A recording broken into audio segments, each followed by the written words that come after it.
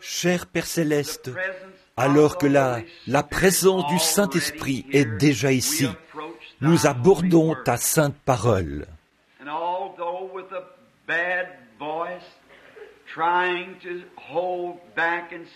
Et bien qu'avec la voix mal en point, essayons de me maîtriser et de parler aussi lentement et posément que possible, je demande ta conduite divine et que l'onction du Saint-Esprit agisse parmi nous ce soir.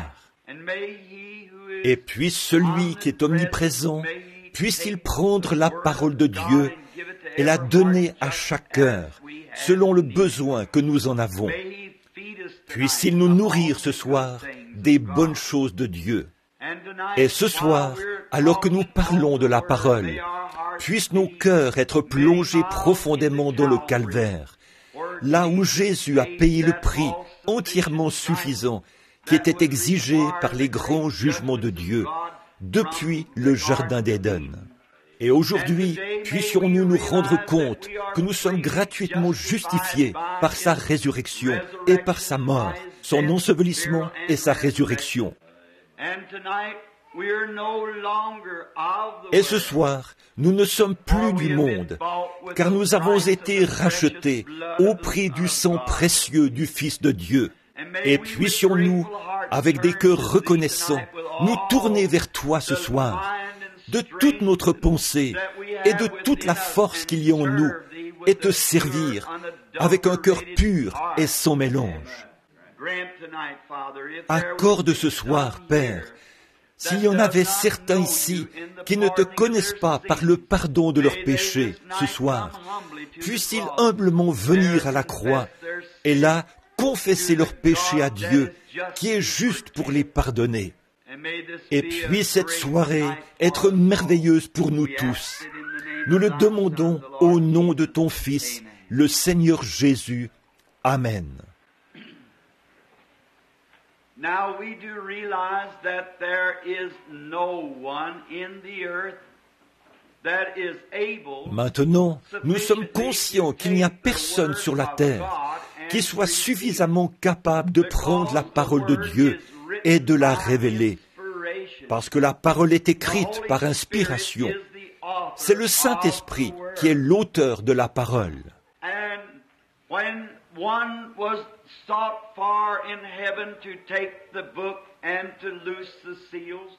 Et quand on a cherché quelqu'un dans le ciel pour prendre le livre et en rompre les sceaux, personne dans le ciel, ni sur la terre, ni sous la terre, n'a été trouvé digne de rompre les sceaux, ni même de regarder le livre.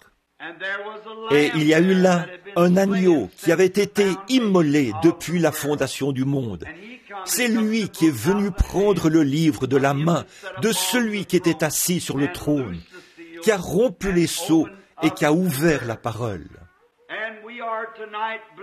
Et ce soir, nous croyons et nous avons confiance en lui, qu'il ouvrira la parole pour nous, tandis que je lis le chapitre 2 des Actes.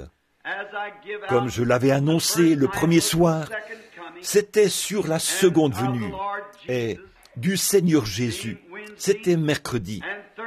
Et jeudi soir, c'était sur le sacrifice entièrement suffisant. Et vendredi soir, c'était sur l'expiation entièrement suffisante, ce qui est parfait. L'avez-vous saisi hier soir? Ce qui est parfait. Comme nous pouvons être tout à fait irréprochables et parfaits aux yeux de Dieu. Et ce soir, c'est sur la mise au tombeau, et demain, sur la résurrection, au fur et à mesure que les jours se succèdent. Or, ce soir, pour la lecture des Écritures, j'ai choisi un passage dans le livre des Actes, au chapitre 2, les versets 25, 26 et 27 inclus. Et il y est dit ceci, c'est Pierre qui parle. David, car David a dit de lui, « Je voyais constamment le Seigneur devant moi, parce qu'il est à ma droite, afin que je ne sois point ébranlé. » Aussi mon cœur est dans la joie, et ma langue dans l'allégresse, et même ma chair reposera avec espérance. Car tu n'abandonneras pas mon âme dans le séjour des morts, et tu ne permettras pas que ton saint voie la corruption. Quel beau passage pour ce soir, pour présenter le contexte, celui qui était dans le tombeau. La première chose que nous désirons voir, sur laquelle nous désirons attirer votre attention, c'est l'infaillibilité de la parole de Dieu. Dieu tient sa parole à la lettre.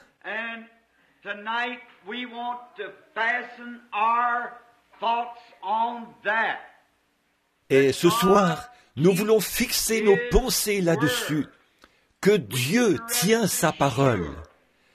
Nous pouvons être certains que tout ce que Dieu a dit dans sa parole, c'est la vérité.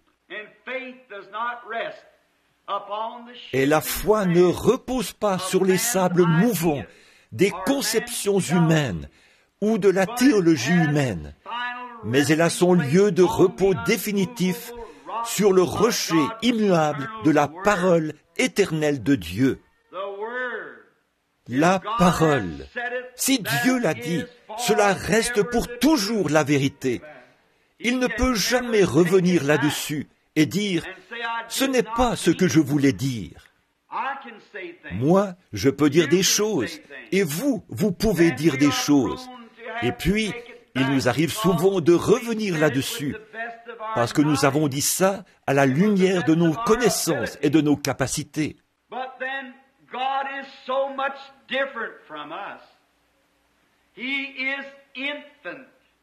Mais Dieu est tellement différent de nous. Il est infini.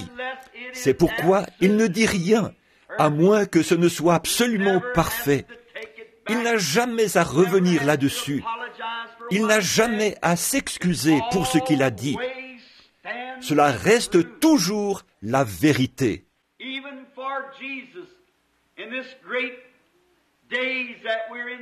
Même pour Jésus, en ces grands jours de fête où nous sommes, où Dieu a effectivement immolé son Fils pour les péchés du monde, c'était peut-être des milliers d'années avant même que le fondement soit posé. Dieu avait prononcé la parole, et c'est un produit fini au ciel. Dès que Dieu la prononce, c'est déjà fini.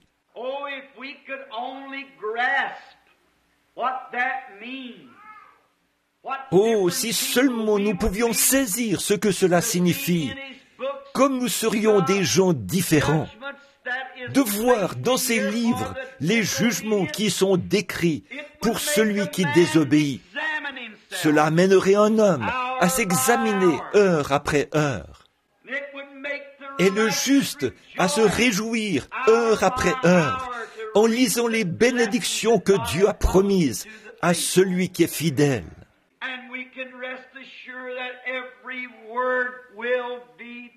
Et nous pouvons être certains que chaque parole s'accomplira. Ancrons simplement notre âme là-dessus. Ça a toujours été comme ça. Quand Dieu a parlé à Noé il y a longtemps, à l'époque du monde antédiluvien, peut-être même avant qu'une Bible ait été écrite, ou que cette Bible, du moins, ait été écrite, Dieu a dit à Noé qu'une tempête allait venir et que les eaux allaient couvrir la terre. Et sans la moindre preuve que cela allait s'accomplir, tout présageant le contraire, Noé a agi avec crainte et il a construit l'arche, il l'a préparée. C'était pour se sauver lui-même ainsi que sa famille. Dieu ne l'a jamais abandonné parce que c'était sa parole. Cela devait s'accomplir au moment où Dieu avait dit que cela s'accomplirait.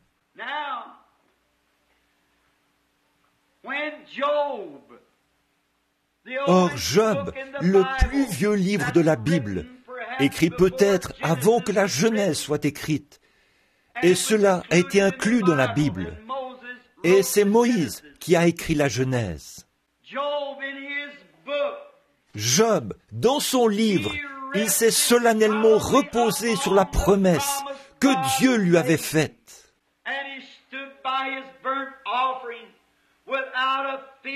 Et il s'est tenu à son holocauste, sans aucune crainte dans son cœur, sachant que ce que Dieu avait dit, Dieu pouvait l'accomplir.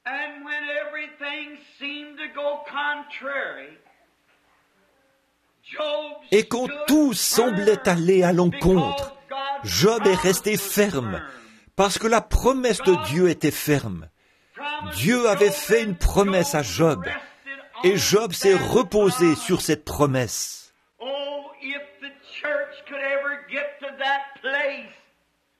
Oh, si l'Église pouvait jamais en arriver au point où elle pourrait solennellement se reposer sur la parole éternelle de Dieu, comme étant la vérité. Quelle différence il y aurait! Quelle correction il y aurait! Quel émondage il y aurait! Quelle joie il y aurait! Quelle puissance il y aurait! Si les hommes et les femmes prenaient Dieu au mot, croyant que ce qu'il a dit est la vérité. Peu importe de quoi ont l'air les circonstances, ça n'a rien à y voir. Dieu l'a dit, cela règle la question. Et Job, quand il est arrivé à l'heure de la plus grande épreuve de toute son expérience, alors que dans la présence de Dieu, il avait été trouvé juste, Dieu lui-même avait dit qu'il était parfait. Il n'y avait personne comme lui sur la terre. Et il a été donné à Satan le privilège de le tenter. Il a dit, je l'amènerai à te maudire en face. Et il a presque ôté la vie de Job. Et il l'aurait fait. Mais Dieu avait posé une limite en disant, tu peux lui faire n'importe quoi, mais ne lui ôte pas la vie.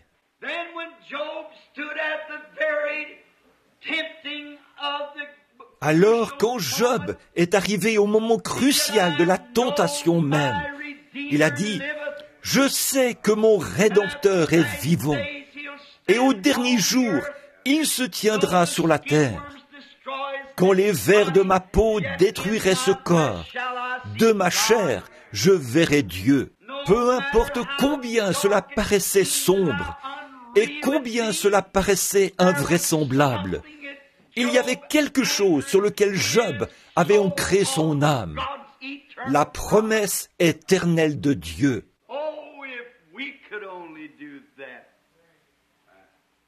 Oh, si seulement nous pouvions faire ça. Remarquez, il s'est reposé sur la promesse. Je sais que mon Rédempteur est vivant. Et je veux vous faire remarquer, car je me propose de dire quelques mots là-dessus plus tard, que Job a précisé le lieu où il serait enterré. Et quand Job est mort, c'est là qu'il a été enterré. Il y a eu un autre homme du nom d'Abraham qui a pris Dieu au mot et il a cru Dieu. Et il a appelé les choses qui étaient contraires à la promesse que Dieu lui avait faite, comme si elles n'étaient pas. Il a pris Dieu au mot. Et quand les jours ont passé, les semaines et les mois, et même les années ont passé, cela n'a pas déconcerté Abraham du tout. La Bible dit, il ne douta point par incrédulité au sujet de la promesse de Dieu, mais il était fidèle, donnant gloire à Dieu.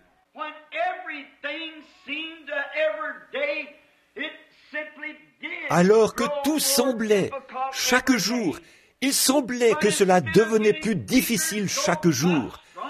Plutôt que de devenir plus faible, Job devenait plus fort tous les jours. Oh, quelle assurance bénie nous avons quand il semble que des difficultés surviennent pour rendre impossible ce que Dieu a promis. Au lieu d'être effrayés, de retourner dans le monde, nous devrions nous tenir plus fermes que nous ne l'avons jamais été sur l'Ainsi dit le Seigneur. Ça devrait régler la question quand Dieu dit quelque chose. Et Abraham a appelé les choses qui étaient comme si elles n'étaient pas, parce qu'elles étaient contraires à la parole. Et quand Abraham a perdu sa chérie, sa femme, Sarah, après de nombreuses années de vie commune, il a acheté une portion de terrain près de l'endroit où Job avait été enterré, et il y a enterré Sarah. Vous vous demandez pourquoi? Ils étaient des prophètes. Ils avaient vu cela. Ils étaient en contact avec Dieu. Et alors, quand Abraham est mort, il a été enterré avec Sarah.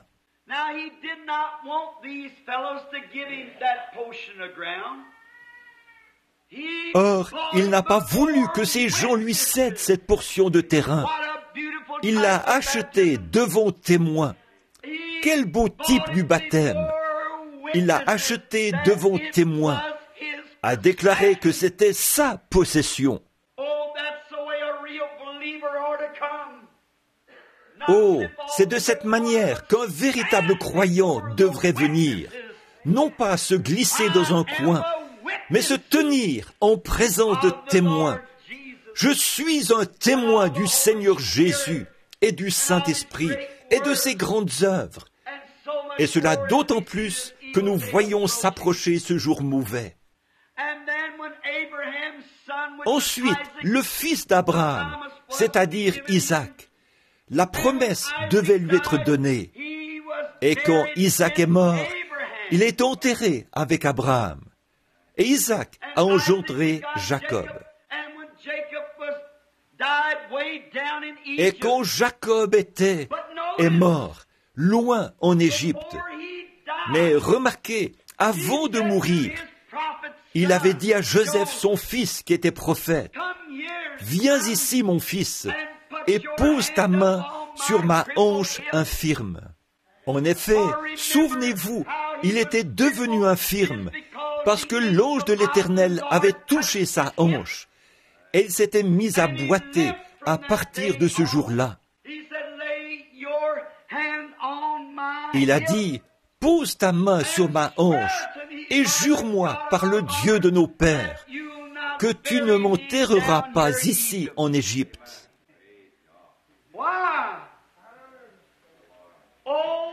Pourquoi? Oh, ils avaient la parole, ils avaient la révélation. Et puis-je m'arrêter là pour dire que l'Église du Dieu vivant est bâtie sur la révélation divine, pas sur la dénomination, l'organisation, ni sur des credos ou des doctrines, mais sur la vérité spirituelle révélée du Dieu vivant. Abel, dans le jardin d'Éden, avait cela quand l'Église a commencé. Comment a-t-il su qu'il devait amener un agneau? Pourquoi n'a-t-il pas apporté des fruits comme Caïn? Parce que cela lui avait été révélé. Jésus, en prenant la parole une fois, a dit, « Qui dit-on que je suis, moi, le Fils de l'homme ?» Les uns disent que tu es Moïse et Élie, et ainsi de suite. Il a dit, « Mais vous, qui dites-vous que je suis ?»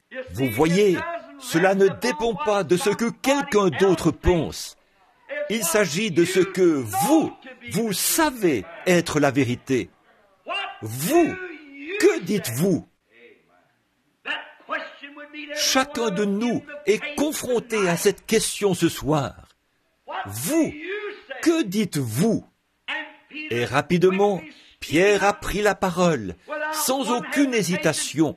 Il a dit, « Tu es le Christ, le Fils du Dieu vivant. »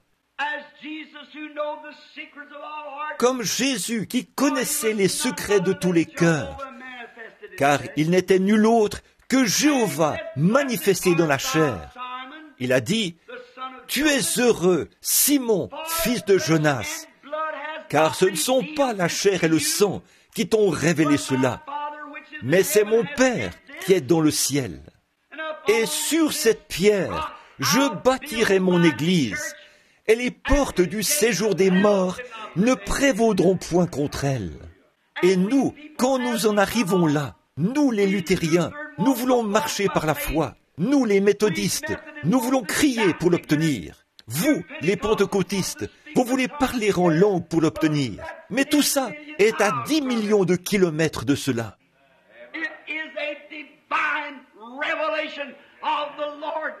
C'est une révélation divine du Seigneur Jésus-Christ, la personne de son être manifestée dans le cœur.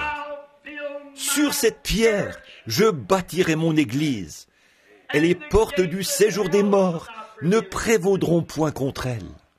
Ça va de pair avec Matthieu 24, 5, 24, ou Jean 5, 24. Celui qui écoute mes paroles et qui croit à celui qui m'a envoyé a la vie éternelle. Et il ne vient point en jugement, mais il est passé de la mort à la vie. Ce n'est pas à cause d'un mouvement, d'une émotion que vous avez eue, mais c'est parce que vous avez eu le privilège que Christ vous soit révélé du ciel. Sur cette pierre, je bâtirai mon église.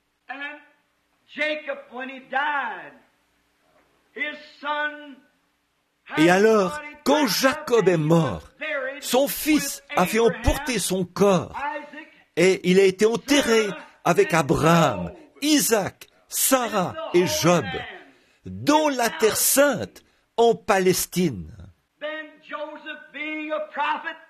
Ensuite, Joseph, qui était prophète, il avait prospéré en Égypte, il connaissait Dieu, Dieu s'était révélé à lui. Et au moment de mourir, il a dit, « N'enterrez surtout pas mes os ici, mais mettez quand un jour Dieu vous visitera certainement. » Pourquoi ? Il s'est solennellement reposé sur la parole que Dieu avait dite à Moïse. Ils serviront cette nation pendant 400 ans, mais je les ferai sortir. Il s'est reposé solennellement sur la parole. Et quelle belle illustration ici, si vous remarquez. Chaque Hébreu qui passait par là, avec le dos massacré par les surveillants d'esclaves, et quand cet Hébreu posait son regard sur les os de son prophète, Joseph, il savait qu'un jour, ils allaient sortir. En effet, ces os avaient été laissés là pour servir de mémorial, comme quoi un jour, ils sortiraient. Il y a environ 15 ou 18 ans, quand Billy Paul était un petit garçon d'à peine 5 ans, nous apportions une petite fleur pour la déposer sur la tombe de sa maman, un matin à l'aube, le jour de Pâques, juste quand le soleil se levait et qu'il commençait à percer, ou c'était juste avant l'aube, avant de se rendre au culte. Et en marchant vers la tombe, le petit garçon a enlevé son chapeau, alors qu'on s'approchait de l'endroit où sa petite sœur et sa mère avaient été enterrées. Et il s'est mis à sangloter et à pleurer. Et il a dit, « Papa, est-ce que maman est là, dans ce trou ?» J'ai dit, « Non, mon garçon, elle n'est pas là, dans ce trou. Elle se porte 1 million de fois mieux que toi et moi. » Il a dit, « Est-ce que je reverrai maman ?» J'ai dit, « Par la grâce de Dieu, si tu le désires, tu pourras la revoir. » Il a dit, « Est-ce que son corps sortira un jour de cette tombe ?» J'ai dit, « Mon petit trésor, ferme les yeux et je vais te raconter une petite histoire. Il y a plusieurs centaines d'années, ce matin, un tombeau a été laissé vide. » J'ai dit, « C'est un mémorial. Ceux qui dorment en Dieu, Christ les ramènera avec lui quand il viendra. Sans l'ombre d'un doute, je me repose solennellement sur la promesse éternelle de Dieu. Comme Job autrefois, quand nous entendons les cendres retournent aux cendres et la poussière à la poussière, ça me rappelle Longfellow qui a dit « Ne me dites pas, en rythme mélancolique, que la vie n'est qu'un rêve creux, et que l'âme qui sommeille est morte, et que les choses ne sont pas ce qu'elles semblent être. » Il a dit « Oui, la vie est réelle, la vie est sérieuse, et la tombe n'est pas sa fin, car poussière tu es, à la poussière tu retournes, n'a pas été prononcé pour l'âme. » Ils appellent ça une théophanie, ce qui signifie que lorsque nous partons d'ici, nous allons quelque part ailleurs. Peu importe ce que c'est, je prends la parole de l'apôtre quand il a dit « Si cette tente ou cette demeure où nous habitons sur la terre est détruite, nous en avons déjà une autre qui attend pour passer de celle-ci à celle-là. » Abraham, Isaac, Jacob, Job, tous les prophètes, ils avaient bon espoir et croyaient qu'il y aurait une résurrection, que le Rédempteur allait venir. Ils avaient prophétisé à son sujet. Enoch avait prophétisé à son sujet. Il s'est solennellement reposé. Il a scellé son témoignage avec cela. Isaac, Jacob, Daniel, Jérémie, Ézéchiel, ils se sont solennellement reposés sur le fait que le Messie viendrait un jour. Ils sont morts et leurs âmes sont allées au paradis. Ils ne pouvaient pas aller dans la présence de Dieu parce que, nous avons vu ça hier soir, le sang des taureaux et des boucs ne pouvait pas pardonner les péchés. Il ne faisait que couvrir les péchés, ce qui annonçait le jour de la venue du sacrifice parfait. En effet, le sang de l'animal ne pouvait pas revenir sur l'adorateur, car dans ce cas, il n'aurait pas cessé d'offrir ce genre de sacrifice. Mais quand le Fils de Dieu est mort, la vie qui était en lui, c'était nul autre que Dieu, qui était revenu pour nous adopter dans la famille de Dieu. Et maintenant, nous sommes des enfants de Dieu, la vie qui vient de son sang. Maintenant, remarquez rapidement, alors que nous poursuivons. En effet, dans l'Ancien Testament, ceux qui croyaient et adoraient, ils mouraient dans la foi en attendant ce moment-là. La raison pour laquelle ces prophètes ont fait ça et qu'ils voulaient qu'on les enterre en Palestine, c'est qu'ils savaient que la résurrection n'allait pas se produire en Égypte. Cela allait se produire uniquement en Palestine. C'est pourquoi je dis ce soir, on me traite de tous les noms. Peu m'importe les noms que les gens me donnent. Pour moi, ça n'a aucune importance. La seule chose que je désire faire, c'est de savoir ceci, que je suis mort et que ma vie est cachée en Christ par Dieu et scellée par le Saint-Esprit. Alors, quand il m'appellera d'entre les morts, je répondrai ce jour-là. Ensevelissez-moi en Christ, car ceux qui sont en Christ, Dieu les ramènera avec lui ce jour-là. Comment entrons-nous en Christ? 1 Corinthiens 12, 13. Dans un seul esprit, nous avons tous été baptisés pour former un seul corps. Et nous sommes devenus concitoyens du royaume de Dieu. Nous confessons que nous sommes voyageurs et étrangers sur cette terre. Nous ne recherchons plus les choses de ce monde, mais nous attendons la venue du roi béni, qui prendra le contrôle du domaine, de l'océan jusqu'à l'océan sans fin, quand il viendra dans sa gloire. Certainement, nous attendons sa venue. Alors, il n'y a aucun doute dans mon esprit. Ce que Jésus avait dans son esprit quand il était ici sur terre, c'était l'infaillibilité de la parole éternelle de Dieu. Car nous savons qu'en lui habitait la plénitude du corps de la divinité. La divinité entière était en lui. Il était à la fois Père, Fils et Saint-Esprit, mais il a habité dans une forme humaine, la théophanie de Dieu, la grande image de Dieu selon laquelle il avait créé l'homme, qu'il avait ensuite placé sur la terre. Il avait un corps. Dieu n'est pas son corps. Dieu a un corps et il a une apparence humaine. Moïse l'a vu, les autres l'ont vu. Il a une apparence humaine. Ce n'est qu'un reflet, celui-ci, de ce que celui-là est. Et tout ce qu'il y a sur terre, la beauté, la douceur, la beauté de la terre, ce n'est absolument rien d'autre qu'un reflet de quelque chose de bien meilleur que cela, qui nous attend lorsque nous quitterons ce monde. En effet, tout ce qu'il y a sur terre n'est qu'un modèle de ce qu'il y a au ciel. Tout ce qui est bon, tout ce qui est juste, tout ce qui est beau, les arbres, les oiseaux, tout n'est qu'un modèle de ce qu'il y a au ciel.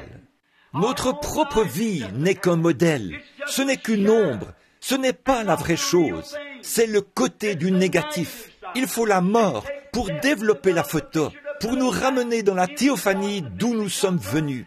Ensuite, à la résurrection, nous revenons, semblables à lui, dans un corps ressuscité. Que c'est beau, pas seulement beau, mais c'est la vérité vraie et solennelle de la parole éternelle de Dieu. Nous serons semblables à lui. Remarquez, or Jésus était investi de tous les pouvoirs de Dieu. Mais quand il a rencontré Satan, il n'a jamais utilisé aucun de ses pouvoirs. Il s'est reporté uniquement à la parole. Effectivement, il a dit, « Il est écrit, l'homme ne vivra pas de pain seulement, mais de toute parole qui sort de la bouche de Dieu. » Alors, comment pouvez-vous prétendre pouvoir rester chez vous et être un aussi bon chrétien que si vous veniez à l'église? Vous ne le pouvez pas. Lisez la parole. Le Saint-Esprit se nourrit de la parole. La Bible est le régime alimentaire spirituel prescrit par Dieu pour son Église. Et le Saint-Esprit est celui qui vous apporte cela et le place dans votre cœur et vous arrosez cela avec des actions de grâce. Et chaque promesse divine produira exactement ce que Dieu a dit qu'elle ferait. Il le faut. C'est sa parole et elle est la vie. Là, j'avais oublié que j'étais censé prendre une demi-heure. Il me faut beaucoup de temps pour en arriver à ce que je veux dire. Mais remarquez Jésus au cours de la dernière heure ou des 2 dernières heures de sa vie. Beaucoup de prophéties se sont accomplies. Quelqu'un m'a dit, « Frère Branham, il faut que ceci arrive et que cela arrive. » J'ai dit, « Ça pourrait arriver en 1 heure. » Si vous lisez le psaume 22 et que vous observez l'heure de sa mort à la croix, j'oublie maintenant le nombre de prophéties remarquables qui se sont accomplies pendant les 2 ou 3 dernières heures de sa vie. Certainement, ils ont percé mes pieds et mes mains. « Mon Dieu, pourquoi m'as-tu abandonné ?» Et ainsi de suite, comme David s'était écrié. Ensuite, une autre chose que je veux que vous remarquiez, la vérité, la partie infaillible de la parole de Dieu. La Bible dit, « Il garde tous ses os, aucun d'entre eux n'est brisé. » En effet, en type, l'agneau pascal en était un type. L'agneau devait être sans défaut, et il ne devait y avoir aucun os brisé dans cet agneau. Et à l'heure de ça, il était mort. Ils se sont approchés pour briser ses jambes avec un marteau. Et juste avant, considérez ce moment crucial.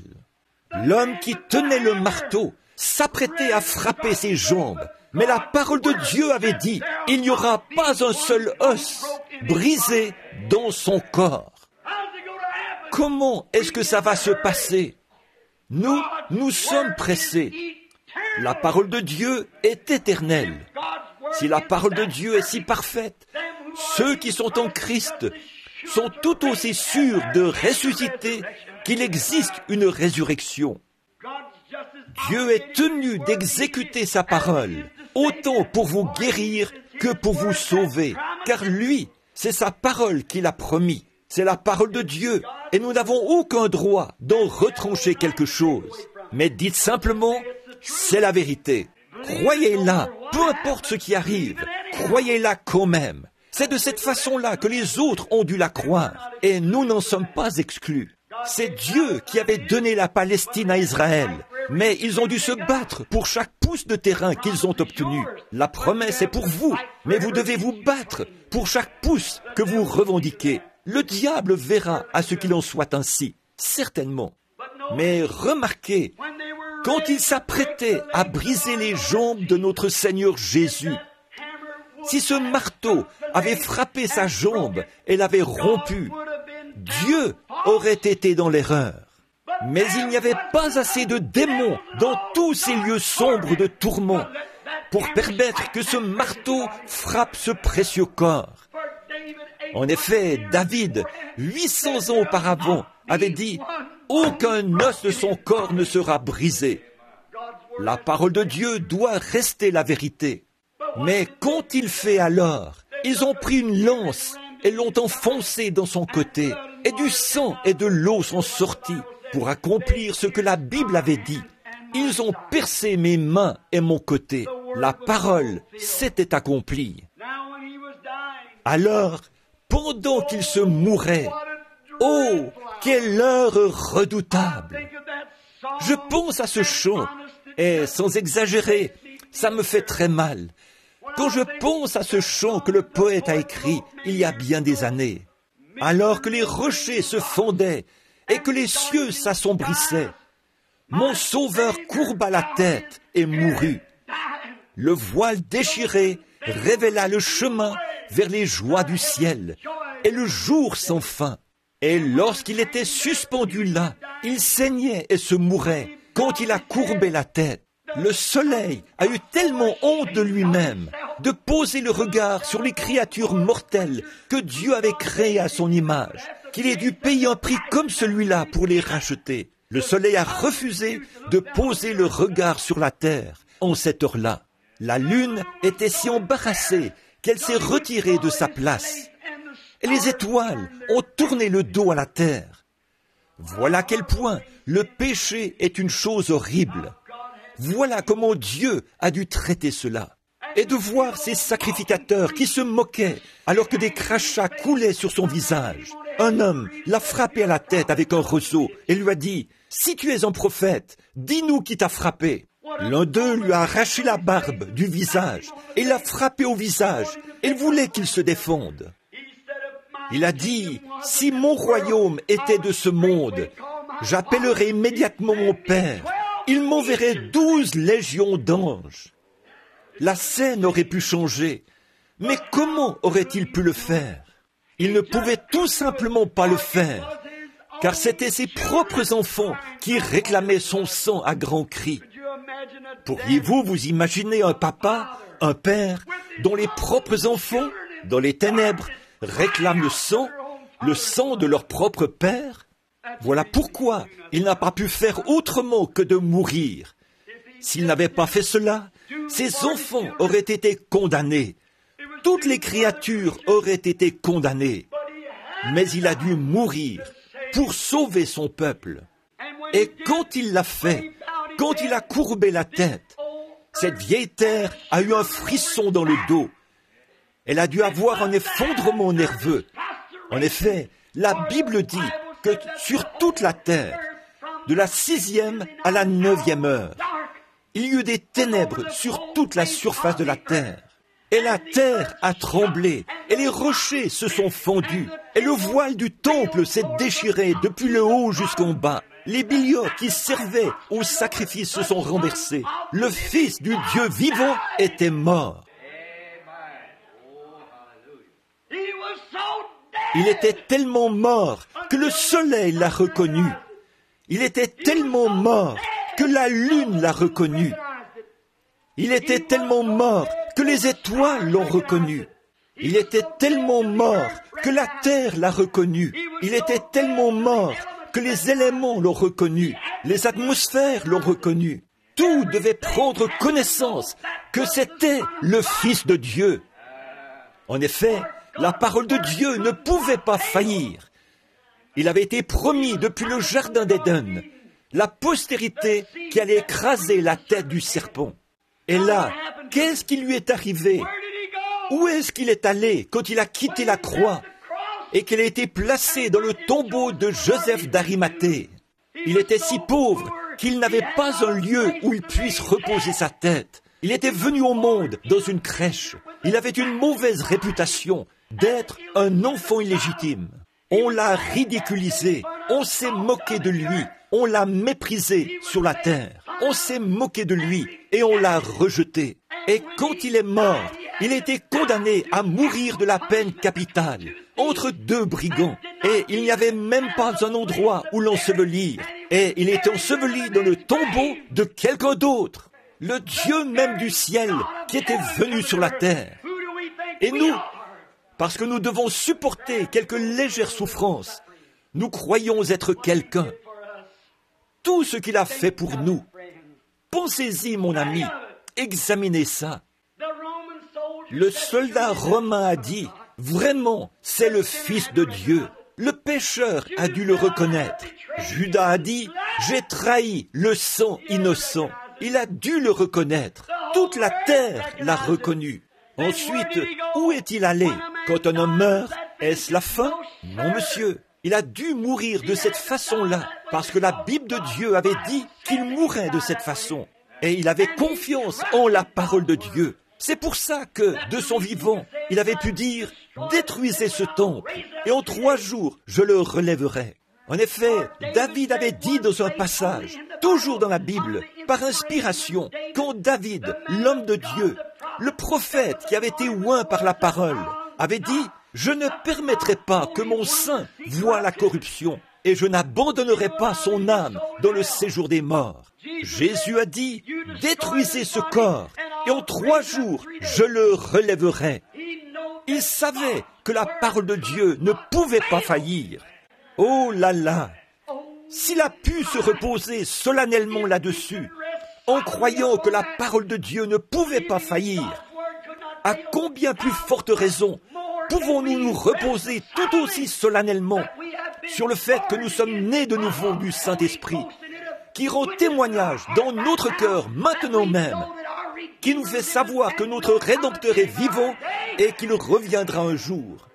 Soyez assurés que ceux qui sont en Christ, Dieu les ramènera avec lui. Maintenant, remarquez, il était là. Il savait que pas une seule cellule de ce corps ne serait corrompue. Au bout de 72 heures, la corruption s'installe. C'est pour ça qu'il n'y est pas resté les 3 jours. Il est mort le vendredi après-midi. Il est ressuscité le dimanche matin. Mais c'était dans cet intervalle de 3 jours. Dans cet intervalle de 3 jours, il devait ressusciter parce qu'il avait confiance en la parole de Dieu. Le voilà parti. Où est-il allé quand il est parti? La Bible dit, il est monté. Il est allé prêcher aux âmes qui étaient en prison, qui ne s'étaient pas repentis lorsque la patience se prolongeait au jour de Noé. Son âme, son esprit, sa théophanie de son propre être est descendu. Suivons-le. Ce soir, aimeriez-vous le suivre pendant quelques minutes? Voyons où il est allé. Juste en dessous des régions des êtres mortels se trouve la dimension de la puissance démoniaque. En dessous de cela, juste au-dessus de cela, se trouvent les âmes des injustes. En dessous de cela, se trouve le domaine même de Satan, l'enfer. Puis, juste au-dessus de nous se trouve le Saint-Esprit. Puis, sous l'autel, se trouvent les âmes des justes. Ensuite, c'est Dieu lui-même. L'un va vers le bas, l'autre va vers le haut. Les 2 esprits sont ici sur la terre. Ils influencent les gens de cette terre. Et quand Jésus est mort, il est sorti et il est descendu là-bas. Je peux le voir ce vendredi après-midi, après sa mort. Il frappe à la porte des régions des perdus. Suivons-le un instant. La porte s'ouvre. Il y avait des femmes, il y avait des hommes, il y avait des jeunes filles, il y avait des vieux. Ils étaient tous ensemble dans ce lieu affreux qu'on appelle la prison des âmes perdues. Si j'avais du temps, j'aimerais vous en parler. Il se peut que ce soit juste une vision, mais une fois, j'ai visité ce lieu et j'ai imploré la miséricorde à grands cris, alors que j'étais un pécheur qui allait subir une opération. Quand j'en suis sorti, je me tenais à l'ouest, les mains levées vers le ciel, et une croix brillait sur moi. Mais dans ce lieu lugubre là-bas, Jésus s'est approché de la porte. Tout devait témoigner qu'il était le Fils de Dieu, parce qu'on leur avait prêché lorsque la patience se prolongeait au jour de Noé. Il frappe à la porte. Il a dit, « Je suis celui dont Enoch a parlé. Je suis la postérité de la femme qui devait écraser la tête du serpent. Toute la parole de Dieu s'est accomplie. Je viens juste de mourir là-bas au calvaire et j'ai racheté mon Église. Et celui dont Enoch a parlé, c'est moi. Et ils étaient sans miséricorde, sans espérance, parce qu'ils avaient péché. Et la porte était fermée pour eux. Il a continué à descendre jusque dans les régions des démons. Il a continué à descendre jusqu'aux portes même du séjour des morts. Il a frappé à la porte. Ceci se déroule pendant qu'il était dans le tombeau, son corps attendant la résurrection. Il a visité les lieux où vont les justes et les injustes, là où vous irez un de ces jours, vers l'un ou l'autre de ces lieux. Et il frappe à la porte de l'enfer. Et quand il l'a fait, le diable est sorti. Et je peux tout simplement l'entendre dire, « Oh, alors finalement tu es arrivé. Je pensais bien t'avoir eu quand j'ai tué Abel. » Vous voyez, depuis que cette postérité avait été promise dans le jardin d'Éden, le diable a constamment cherché à détruire cette postérité. Et la mort d'Abel et la venue de Seth, c'était simplement la mort, l'ensevelissement et la résurrection du Christ. Cette postérité devait continuer et il a essayé de la détruire. Et il a dit, « Je pensais t'avoir eu quand j'ai tué Abel. Je pensais t'avoir eu quand j'ai tué les prophètes. J'étais sûr de t'avoir eu quand j'ai décapité Jean. Mais maintenant, enfin, tu es arrivé. Je t'ai maintenant. » Oh là là. Je peux l'entendre dire, « Satan, viens ici. » C'est lui le chef maintenant. Il lui arrache la clé de la mort et du séjour des morts, qui était accrochée à sa ceinture, pour l'accrocher à sa propre ceinture. Je veux te coller une mise en demeure. Tu as été un bluffeur assez longtemps. Je suis le Fils du Dieu vivant, né d'une vierge. Mon sang est encore humide sur la croix, et toute la dette est payée. Tu n'as plus aucun droit. Tu es dépouillé. Donne-moi ces clés. C'est vrai. Il se retourne et lui donne un bon coup de pied. Et du coup, il claque la porte en disant « Reste là-dedans. C'est moi le chef à partir de maintenant. » Or, ce n'est pas lui qui avait les clés du royaume, parce qu'il les avait remises à Pierre. Nous verrons cela demain matin, pendant le baptême d'eau. Mais il avait les clés de la mort et du séjour des morts, et il les a prises. C'est après sa résurrection qu'il a dit « J'ai les clés de la mort et du séjour des morts. » C'est Pierre qui avait les clés du royaume. Satan avait les clés de la mort et du séjour des morts. Mais maintenant, c'est Jésus qui les a. C'est lui le chef. Le voilà qui remonte. Ce sera bientôt Pâques. Le temps passe vite. Mais il y a un autre groupe. Où est Job? Où est Abraham? Où se trouve-t-il? Où sont ces hommes qui avaient mis leur confiance dans la parole de Dieu? Les avaient-ils oubliés? La mort les avait-elle anéantis? Était-ce la fin? Absolument pas. Absolument pas. Dieu doit tenir sa parole. Je peux le voir. Jetons un petit coup d'œil au paradis et regardons là-bas. Et je vois Sarah et Abraham qui se promènent là. Et après un moment, on frappe à la porte. Abraham va ouvrir la porte. Il a dit, « Chérie, viens ici. Regarde là. Regarde là. » C'est exactement celui qui était avec moi sous le chêne ce jour-là. Il est le Dieu d'Abraham. Juste à ce moment-là, je peux voir Daniel regarder par-dessus son épaule et dire, « Voilà la pierre qui s'était détachée de la montagne, aussi certain que je suis ici. » Je vois Job se lever. Il a dit, « Voilà mon Rédempteur, dont j'avais dit que je sais qu'il est vivant, et qu'un jour, il se tiendrait sur la terre. Il se peut que mon corps ne soit plus qu'une petite cuillerée de cendre, mais d'ici 15 minutes, je serai de nouveau là-dedans. C'est lui. Ézéchiel regarde par-dessus, et il a dit, « J'avais vu cette même personne, comme une roue au milieu de la roue, qui tournait là-haut dans les airs. Oh là là !» Puis Enoch s'est approché.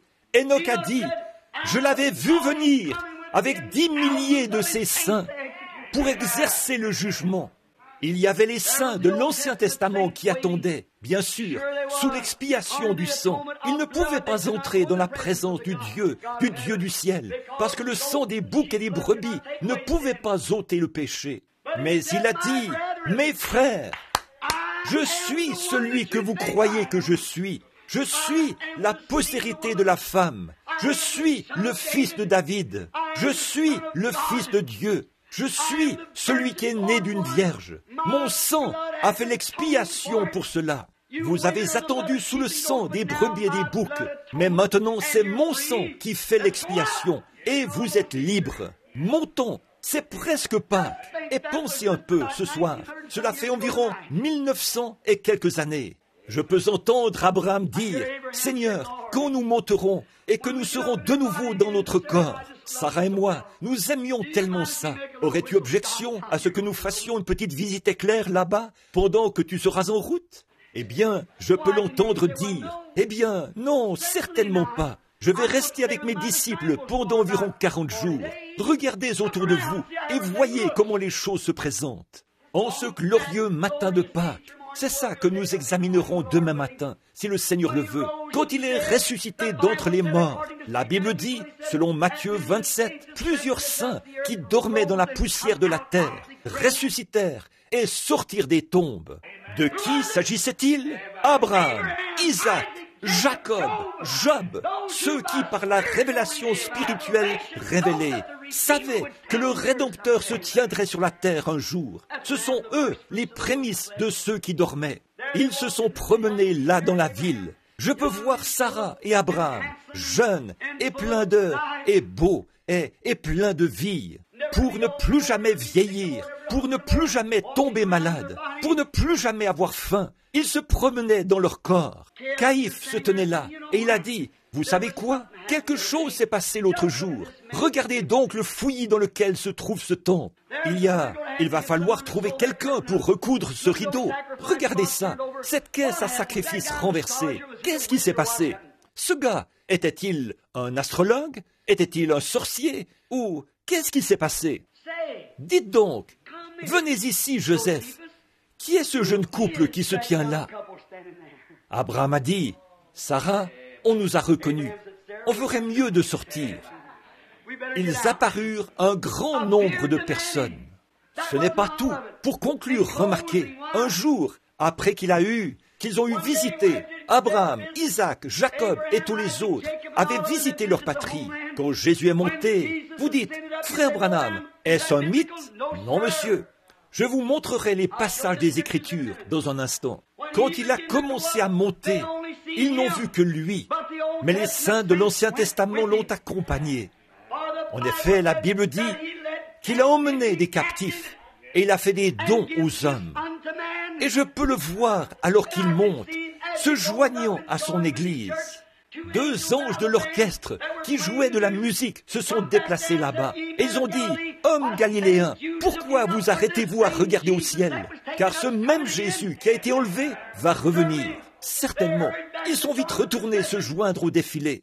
Et Jésus et les saints de l'Ancien Testament ont traversé les cieux. Ils ont dépassé la lune. Ils ont dépassé le soleil. Ils ont dépassé les étoiles.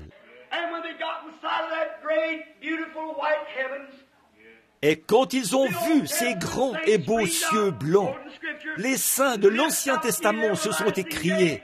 Ils ont cité l'Écriture. « Élevez-vous, portes éternelles, élevez vos linteaux. Élevez-vous, portes éternelles, élevez vos linteaux. Que le roi de gloire fasse son entrée. » Tous les anges se sont rassemblés au-dessus des rampes du ciel. Et ils ont dit, « Qui est ce roi de gloire? Les saints de l'Ancien Testament ont dit, l'Éternel des armées, puissant dans les combats. Il a été vainqueur. L'ange a appuyé sur le gros bouton et les portes de perles se sont ouvertes. Le grand et puissant vainqueur a traversé la ville de Jérusalem, amenant avec lui les saints de l'Ancien Testament. Les orchestres angéliques jouaient, alors que les anges poussaient des cris. C'était lui, le puissant vainqueur. Il avait les clés de la mort et du séjour des morts. Accroché à sa ceinture, il a continué sa route, dépassé les palais de la gloire, jusqu'à ce qu'il arrive au trône. Et il a dit, « Père, les voici. Ils ont cru par la foi en ta parole que j'allais venir un jour. J'ai vaincu à la fois la mort et le séjour des morts. » De quoi s'agissait-il, mon frère? Il avait des cicatrices à la main pour montrer qu'il avait été dans la bataille. Gloire à Dieu au plus haut des cieux. C'est lui, ce puissant vainqueur. Les voici, Père, Abraham, Isaac et Jacob. Je peux l'entendre dire, « Mon fils, monte ici à côté de moi et assieds-toi, jusqu'à ce que je fasse de chaque ennemi ton marchepied. » Mon frère, un jour il reviendra. Et quel jour ce sera? Quand il était dans le tombeau, il n'était pas inactif. On s'imagine qu'il était simplement étendu là, mort. Mais il était en bas, toujours en train de conquérir. Il est descendu et il a ôté les clés à Satan. Et ce soir, il a les clés de la mort et du séjour des morts. Il a dit, « Parce que moi je vis, vous vivrez aussi. » Ce soir, je me demande, mon cher frère, ma sœur, si vous y avez réfléchi sincèrement, vous rendez-vous compte que vous vivez seulement parce qu'il vit? Avez-vous suffisamment apprécié tout cela pour vous abandonner et dire, « Oh Dieu, me voici un pécheur, aie pitié de moi. » Avez-vous jamais accepté ce sacrifice entièrement suffisant? Lui avez-vous déjà dit que vous l'aimiez? Est-ce que ça vous blesse quand vous agissez mal? Maintenant, si vous n'êtes jamais arrivé à cette expérience, à cette mise au tombeau, là, notre temps s'écoule rapidement. Je me sens vraiment bien. Mais je me demande si vous n'avez jamais reçu Christ comme votre sauveur personnel. Je me demande si vous voudriez le faire, alors que nous courbons la tête pendant un instant pour un mot de prière. Joue ce cantique, alors que les rochers se fondaient, s'il te plaît, sœur Gertie, si tu l'as, très bien, ce que tu voudras. Alors que vous avez la tête inclinée, je vais vous poser une question très sincère. Souvenez-vous, mes amis, pécheurs ou saints, que votre existence ne s'arrête pas quand on vous enterre. Votre âme est quelque part. Or, Jésus a visité les deux endroits selon les Écritures. Où vous trouverait-il si vous partiez ce soir? La porte de la miséricorde se fermerait-elle pour vous parce que vous avez rejeté cela? Souvenez-vous, non seulement il est sauveur, il est aussi juge. C'est vous le juge maintenant. Comment le jugez-vous? Laissez-le être votre sauveur maintenant. Une petite histoire me vient à l'esprit. Il y a quelque temps, un petit garçon était à bord d'un chariot. Un coup de feu avait été tiré plus loin dans la rue et les chevaux s'étaient emballés et ils se dirigeaient vers une falaise. Un jeune cow-boy a couru et il a arrêté les chevaux juste avant que le chariot ne tombe du haut de cette falaise parce qu'il y avait un bébé à bord. Il a sauvé la vie du petit. Des années plus tard, il comparaissait au palais de justice. Ce même garçon avait commis un crime. Il avait pris le mauvais chemin. Il avait été reconnu coupable. Il s'était mis à boire, à jouer à des jeux d'argent. Il avait tiré sur un homme et il avait été reconnu coupable. Il avait été déclaré coupable. Et le juge s'est levé et il a dit, « Je vous condamne à être pendu jusqu'à ce que mort s'en suive. » Ce jeune homme a dit, « Monsieur le juge !» Et il a interrompu le déroulement du procès, alors qu'il a sauté par-dessus la barrière et qu'il s'est jeté aux pieds du juge pour implorer sa miséricorde. Et il a dit, « Monsieur le juge, regardez mon visage. Ne me reconnaissez-vous pas ?» Il a dit, « Non, fiston, je ne te reconnais pas. » Il a dit, vous souvenez-vous d'avoir sauvé la vie d'un certain petit garçon, il y a bien des années, quand un cheval s'était emballé? Il a dit, oui, je m'en souviens. Il a dit, ce garçon-là, c'est moi. Il a dit, monsieur le juge, vous m'avez sauvé à ce moment-là. Sauvez-moi maintenant. Le juge a baissé les regards vers lui et il a dit, fiston, ce jour-là, j'étais ton sauveur. Aujourd'hui, je suis ton juge. Aujourd'hui, il est votre sauveur. Pécheur, demain, il pourrait être votre juge. Réfléchissons bien là-dessus maintenant, alors que la musique joue et que tout le monde prie, ceux qui sont fervents en prière devant Dieu. Ce soir, je me demande maintenant, rapidement, que ceux qui voudraient accepter Christ comme leur sauveur personnel disent « Ô Dieu, aie pitié de moi, un pécheur. Je veux venir par le sang versé. J'en ai assez de me joindre à des églises et de courir d'un lieu à l'autre. Je veux naître de nouveau. Je veux une expérience dans mon cœur, afin de savoir que Christ s'est révélé à moi par la révélation spirituelle dont vous venez de parler, frère Branham. Je veux la révélation spirituelle, le Saint-Esprit dans mon cœur, qui me rende vivant, qui fasse que Christ soit plus réel pour moi que je ne le suis pour moi-même. Je désire cette expérience, frère Branham. Voulez-vous prier pour moi alors que je lève ma main? Voulez-vous lever la main maintenant, celui qui désire qu'on se souvienne de lui? Que Dieu vous bénisse, madame. Que Dieu vous bénisse là-bas au fond, madame. C'est bon. Que Dieu vous bénisse, monsieur. C'est bon. Levez la main. Bon, continuez à lever la main. Pourquoi avoir honte? Pouvez-vous rejeter une telle chose, mon ami? Souvenez-vous, oh, vous dites, frère Branham, les prédicateurs ont prêché pendant des années. Je sais, mais un de ces jours, ils vont cesser de prêcher. Et au train où vont les choses, ça pourrait arriver sous peu. Vous allez entendre votre dernière prédication. Franchement, celle-ci pourrait être votre dernière. Oh, vous dites, je suis jeune. Cela n'a pas d'importance. La mort ne fait exception de personne, quel que soit son âge ou sa capacité. Voulez-vous l'accepter maintenant comme votre sauveur personnel, en levant la main en disant, « Oh Dieu, aie pitié de moi ». Levez la main avec les autres et dites, « Maintenant, je veux accepter Christ ». Voulez-vous lever la main? Que celui qui est rétrograde dise, « Ô Dieu, aie pitié de moi, je veux revenir à Christ ce soir, pour que demain puisse être une résurrection de nouveau pour moi. » Voulez-vous lever la main? Levez la main, dites, « Aie pitié de moi, je veux maintenant venir. » Allez-vous le faire? Levez la main. Dites, « J'ai été rétrograde, mais ce soir, que Dieu vous bénisse, madame. » Que Dieu vous bénisse. C'est bon, j'accepterai Christ comme mon sauveur personnel. Je l'accepterai ce soir. J'ai erré bien des années loin de Dieu, mais maintenant, je rentre à la maison. Voulez-vous l'accepter ce soir pour que ceci puisse être une nouvelle résurrection pour vous, que votre vieille vie se termine? Cette dame s'avance vers l'autel pour faire sa confession, pour prendre position. Y en a-t-il d'autres qui voudraient venir se placer ici, s'avancer ici avec elle pour leur confession? Voulez-vous vous lever et vous avancer aussi vers l'autel? L'autel est ouvert, certainement. Continuez à vous avancer maintenant. Si vous voulez vous tenir ici et prier, alors ce sera très bien. Voulez-vous venir? Sur la base de la confession de votre foi, sur la base de votre foi dans le Fils de Dieu, voulez-vous maintenant venir? Très bien. Cela dépend de vous. N'oubliez pas, c'est de vous qu'il s'agit. Êtes-vous pécheur? Êtes-vous rétrograde? Êtes-vous froid et éloigné de Christ? Voulez-vous ressusciter de nouveau avec lui maintenant? Recommencer une nouvelle vie?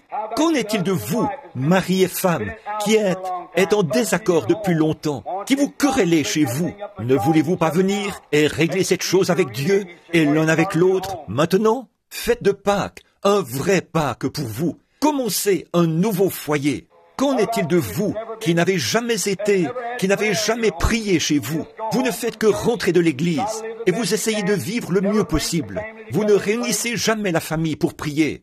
Voilà pourquoi nous avons de la délinquance juvénile et les choses que nous avons. Voilà pourquoi les foyers américains sont brisés. Ne voulez-vous pas venir recommencer ce soir? Voulez-vous le faire? Vous êtes invités. Souvenez-vous, je suis votre ministre maintenant. Je serai un témoin ce jour-là.